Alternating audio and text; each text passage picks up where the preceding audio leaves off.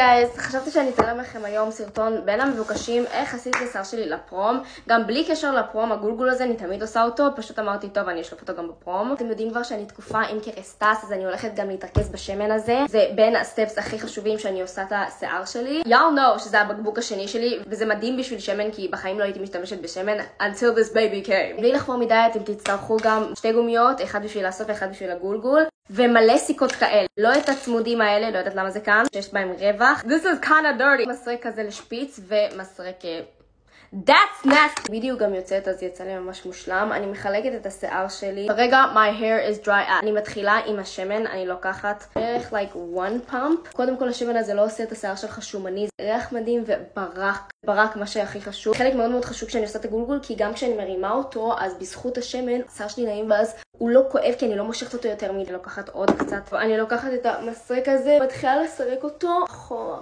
אולי זה יותר מדי, אבל אני לוקחת ענן של מוס. לא לשים על חצי הלמטה של השיער. רק כאן ולמטה. רוצים לשמור על הברק של חצי השני של השיער. אני שוב פעם לוקחת את המסרק הזה, מסרקת אחורה. זה תהליך מאוד אגרסיבי. כן עולה לי על עצבים. היא כואב לי היד, די, אני הכי לא בכושר בעולם.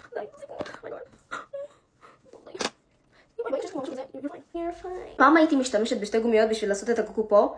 Don't do that! כי אז כואב לך ראש אחרי זה בטירוף. כאילו משהו פיצוצים לא נורמלי. תעשו את זה עם אחד. לא צריך עכשיו למתוח את הראש בטירוף. 3 פעמים לעשות לך.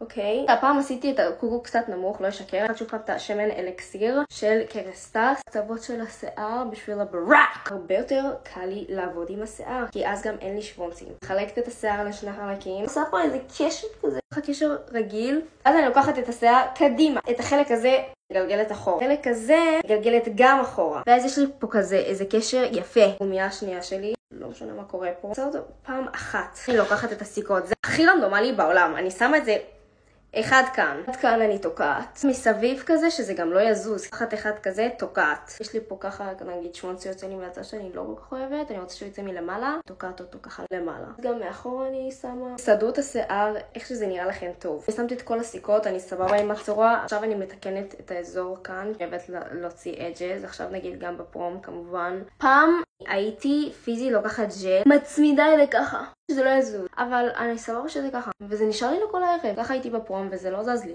פה אני מוציאה כמה. הנה ממש טיפונת. וזהו. כאילו זה כל מה שאני עושה בגולגול. אבל בגדול ככה אני עושה את השיער שלי בשימוש עם השמן של אלקסיר קרסטס שאני ממש אוהבת. אל תמשכו את זה יותר